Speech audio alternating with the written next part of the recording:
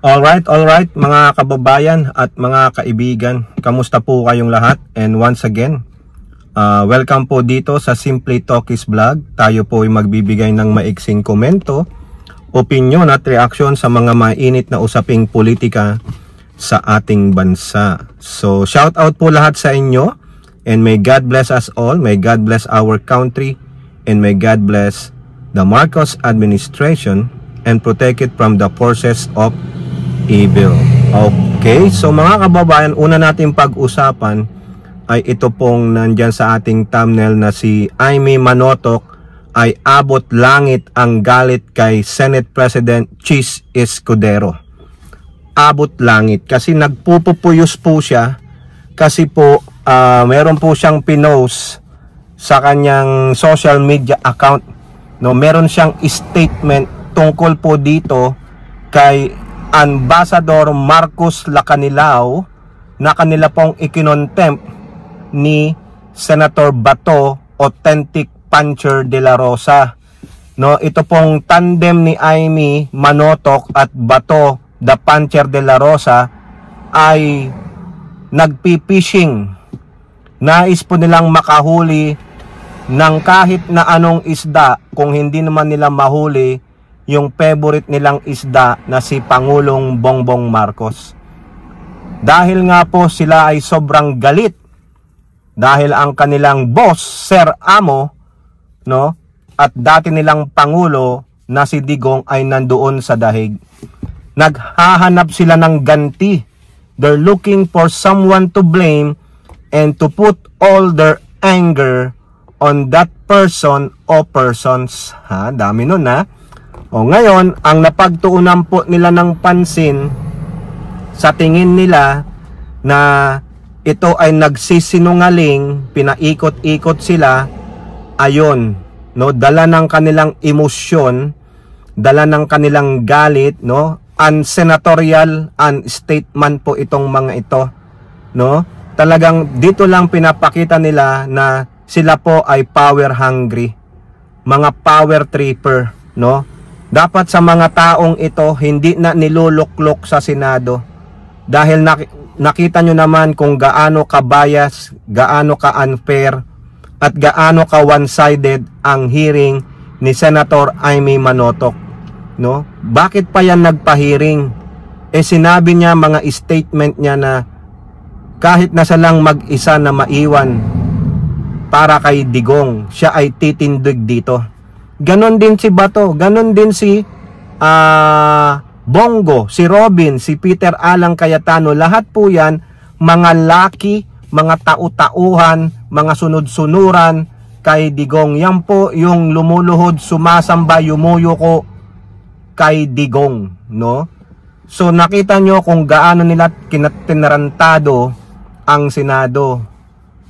Mababa na nga ang pagtingin ng tao sa trabaho ng Senado, sa mga personalidad dyan.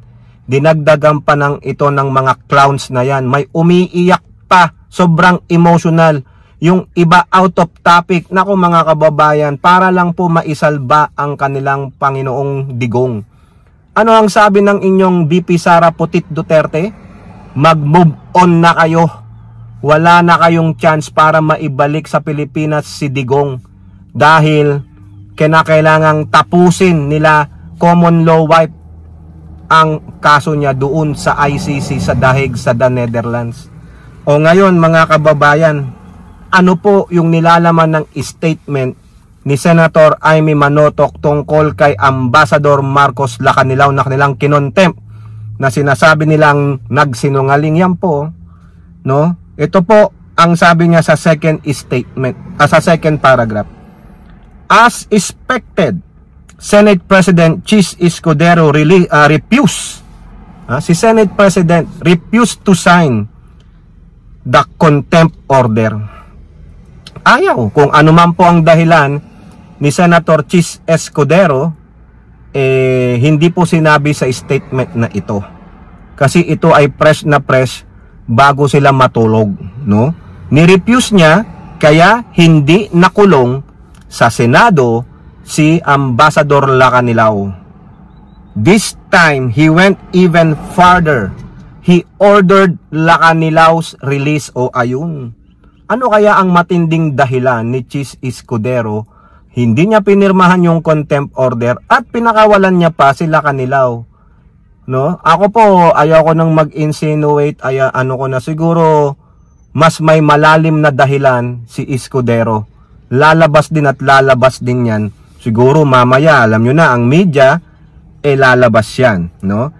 In spite of the ambassador's blatant and repeated lies before the Senate Committee on Foreign Relations. Ito na yung pinagningit-ngit niya, mga kababayan. This isn't just disappointing. Hindi lang daw po ito disappointing, kundi dangerous. O mapanganib daw ito. Mapanganib. Yung ginawang aksyon ni Senate President, mapanganib. Yung ginawa ni Lacanilaw, mapanganib. Kanino mapanganib, mga kababayan? Sa kanila. Sa kanila lang. Oo. Kasi bakit? Hindi pinagbigyan ang mga spoiled brat. Hindi kayo binigyan ng pabor. Kaya ngayon, abot langit ang galit niya kay Chis Escudero. Malamang si Chis Escudero, kung makakabalik ang mga Duterte senators after May 2025 election, tatanggalin siyang Senate President.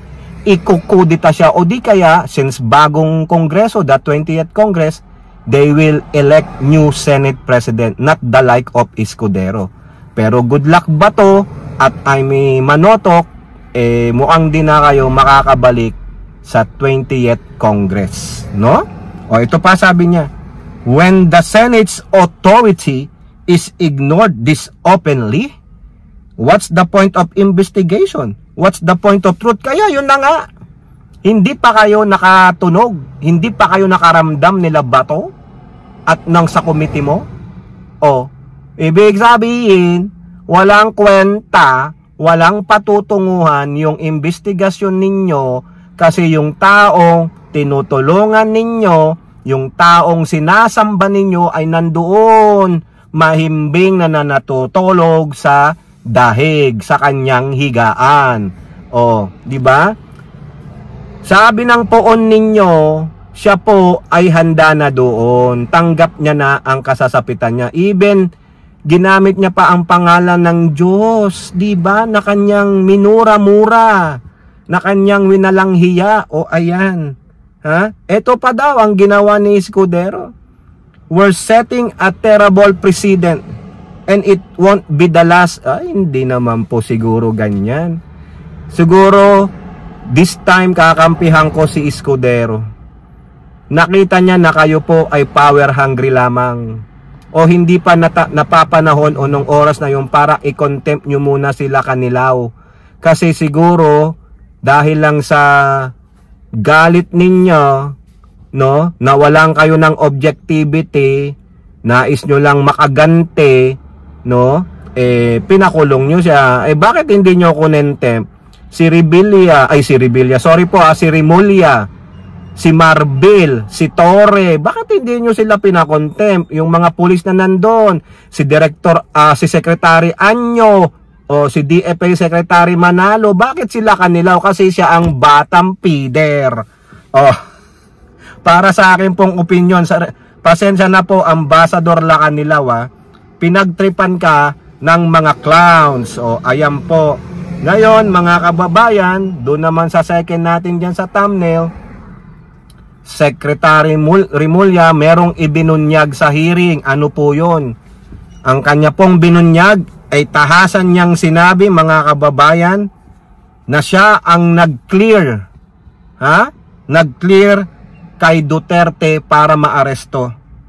Siya rin ang nag-clear para sa eroplano na ipunta sa dahig si Digong. Ayan. Dahil itong mga senador na nandun sa hearing, pilit na pinaamin si PNP Chief Marbil at kung sino-sino, at nung hindi na makatiis ang butihing Department of Secretary ng Justice, siya na umamin. Ako ang nagbigay ng go signal. Ako ang nag-clear. Go! Ano ang dahilan niya? I am just implementing the Republic Act 9851. Na kung saan, ayan yung ating batas tungkol sa genocide, sa crimes against humanities. Ngayon, bakit hindi nyo kinontra? Bakit hindi nyo sinabing illegal yung ginawa niya? Kung illegal yung ginawa ni Secretary Boying Rimulya, dapat right away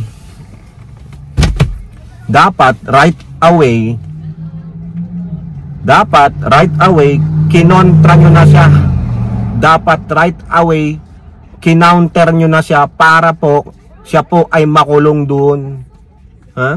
Hindi yung wala nilecturean kayo Anong ginawa ninyo? Wala, counter lecture lang kayo, pero yung mga sinasite ninyo, wala. Lalo na si Bato, napahiya pa kay Rimulya at napahiya sa buong mundo, mga kababayan. Bakit? Kasi yung sinasabing due process, hindi daw binigyan ng due process si Digong. Sabi pang gano'n ni Amy Marcos, di ba ikaw, Senator, binigyan ka ba niyan? Hindi kasi nung gusto akong kausapin, i-email ako, hindi ko sinagot. Hindi ko pinansin kasi wala na nga tayo sa jurisdiction. Ayun naman pala. 'Di ba? Doon nakita niyo yung tanga at hindi sumusunod sa due process o rule of law si Bato. 'Di ba? Ayun, kitang-kita mga kababayan, nilaglag niya ang sarili niya. So therefore, paano mo malalaman ang ending kung ikaw hindi ka nakikipag-cooperate?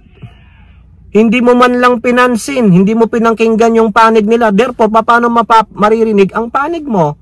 Di ba napahiya ka? Huling-huli, pero tapos galit-galitan, mga kababayan.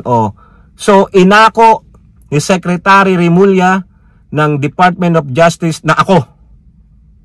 Kumbaga sinasabi niya, kung meron kayong issue dyan, ako na lang ang ipakulong ninyo. Idemanda nyo ako. Ipa-ombudsman nyo ako. Ganon o whatever. Sandigan bayan nyo ako kung sino man po yan. Kung sino ang mga ng mga kasong ganyan, idemanda nyo na lang ako sa ombudsman. Sa bagay, kakampi nyo naman ang ombudsman. Yan ang tunay na lalaki ba to? Inamin niya, command responsibility ko. Nilaglag ba nila ang Pangulong Marcos? Wala! Inako si General Torre, sunagot lahat kayo. Gusto nyo talagang siluhin si General Torre, hulihin, ipakulong, makaganti kayo kasi bakit? Nagdamdam kayo dun sa sinabi ni General Torre na hihilahin ko yan. Nagdamdam kayo na binayulit nyo daw ang karapatan ni Digong na humanap ng mga sa pamilya niya. Sino bang immediate family niya? Di ba yung common law wife niya saka anak niya? Bakit pupunta pa dun ng vice presidente? Manggugulo lang siya. Di ba? Tama lang yan, General Torre. Yan. Si Bato, takot na takot pumunta sa Quadcom, parliamentary courtesy. Pero kayo, hindi nyo alam respetuhin ng executive privilege. Di ba? Dapat ganun din ang gawin ng Quadcom Ipatawag talaga si Bato dahil ikaw ang may alam dyan sa war on drugs di ba? One-sided ka Bato Kung ano lang yung gusto mo, yun lang ang gusto mo. Hindi ka marunong umano sa due process. 'Di ba? Nakakahiya. Ayan pinakitaan kayo kung paano tunay na maging lalaki. Kung paano maging tunay na leader. Ayan. Yang Department of Justice Secretary nyo, hinarap kayo, nilecturean pa kayo. Nag-aabogado kasi kayo. Ginagamit nyo ang power ninyo bilang mga senador. Hindi nyo naintindihan ko, equal branch of government kayo. Nakakahiya kayo. Pinagbigyan na kayo. Saan pa yan? Magkakaroon pa ng court hearing? Wala na. Ayun sabi mo, blatant disrespect. Disregard sa power of the Senate, di ba? Amy Marcos. Dapat dyan pa lang makagawa ka na ng legislation mo dyan. Bago ka umalis bilang isang senador, baka naman makagawa ka ng legislation. The problem is, pipirmahan ba yan ng kapatid mo? Kayo po mga kababayan, ano pong inyong masasabi? Comment down below and don't forget to like and share. Hope to see you in the next videos. Bye bye. God bless.